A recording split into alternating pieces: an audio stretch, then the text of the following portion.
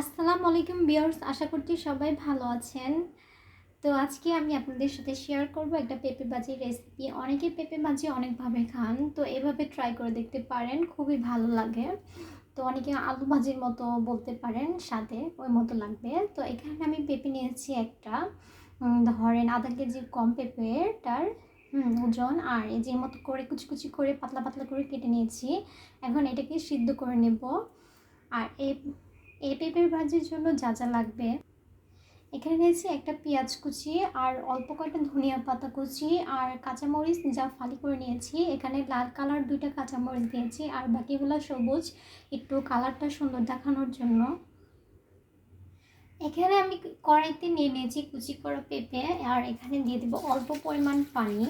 পানিটা বেশি ডুবা না, হ্যাঁ, যেরকম ডুবা ডুবা নেবেন, আর বেশি দিবেন না।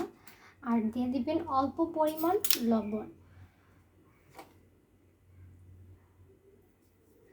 এখন এটাকে ঢেকে সিদ্ধ হতে দিবেন। এখানে সিদ্ধ হতে দিয়েছি, চুলার জালটাকে হাই হিটে রেখেছি আর বলক আসার আগ পর্যন্ত অপেক্ষা করব। বলক প্রায় চলে এসেছে। এখন এটাকে একটু নাড়াচাড়া করে দিব। আর বলক আসার পর বেশি সিদ্ধ করবেন, এটা হাফ সিদ্ধ রাখবেন, ভাজা ভাজা করার পর আরও সিদ্ধ হয়ে যাবে। এখন চুলা জালটাকে মাঝারি জাল করে দিব।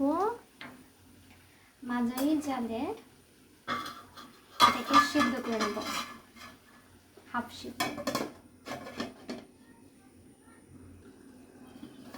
প্রায় সিদ্ধ হয়ে এসেছে।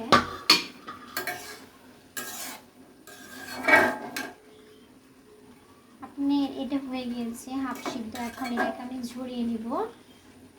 চুলার জালটাকে বন্ধ করে তারপরে বাগার দিব। এখানে কড়াইটা গরম করে নিয়েছি আর এখানে পর্যাপ্ত পরিমাণ সয়াবিন তেল দিয়ে দিচ্ছি।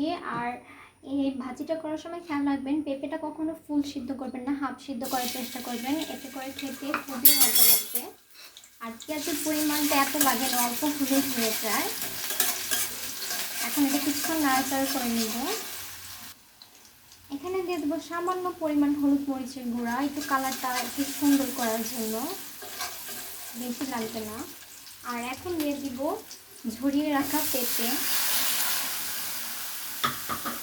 এখন সুন্দর করে নাড়াচাড়া করে নেব। আমি এখানে মিশিয়ে নিয়েছি আর এখানে আপনার কাঁচামরিচ ফালি দিয়ে দিচ্ছি আর স্বাদ অনুযায়ী লবণ আর একটু লাগবে।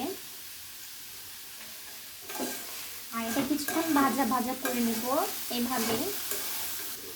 আমি 2 মিনিটের মতো সময় নিয়ে ভাজা ভাজা করেছি মাঝারি জালে। এরপর যা ধনিয়া পাতা দিয়ে দিব। পেঁপে ভাজি বেশি ভাজা ভাজা করতে হয় না। আর এটা একটু মিষ্টি বলতে, পেঁপে এত মিষ্টিও না আবার মিষ্টি ছাড়াও না, তো এটা ভাজিটা একটু ঝাল ঝাল হলে ভালো লাগে। এর জন্য কাঁচামরিচের পরিমাণটা আপনাদের ঝাল অনুযায়ী দেওয়ার চেষ্টা করবেন। এটাকে একটু নাড়াচাড়া করে নামিয়ে ফেলবো।